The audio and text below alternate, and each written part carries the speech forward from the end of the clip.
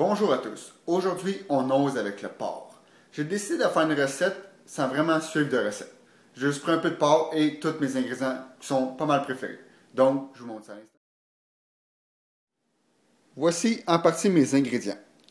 On a du Boneless Pork Loin Sanctuary Cut Roast, ou si vous préférez, du rôti de longe de porc centre désossé, du bacon à la saveur d'érable, du fromage cheddar doux jaune, des pommes, un oignon, du fromage de chèvre, des patates et même du sirop de poteau. Donc, nous allons commencer par couper le porc. Ensuite, vous n'avez qu'à tout couper les ingrédients comme du monde. Comme vous voyez, j'ai fait des beaux petits tas pour chaque ingrédient. Les oignons, les pommes, les patates, les fromages et de chèvre. Si vous voulez un truc pour pas pleurer quand vous coupez les oignons, vous n'avez qu'à simplement porter des lunettes comme celle-ci. Cela protège des rayons de pleurs. Donc, vous êtes correct.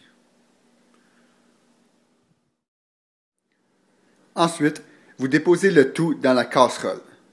Comme vous voyez, ça donne vraiment un je ne sais quoi.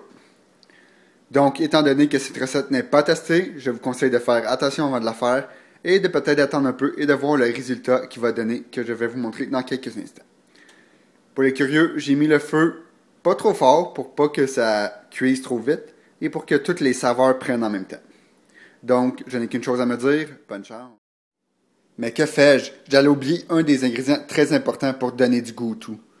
Et oui, le sirop d'érable de poteau. Donc, je vais en glisser un petit peu partout.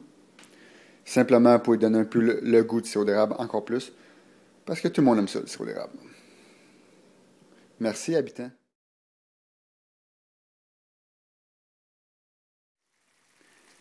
Donc, finalement, voici le résultat après environ 1 heure et quart, si je peux me permettre.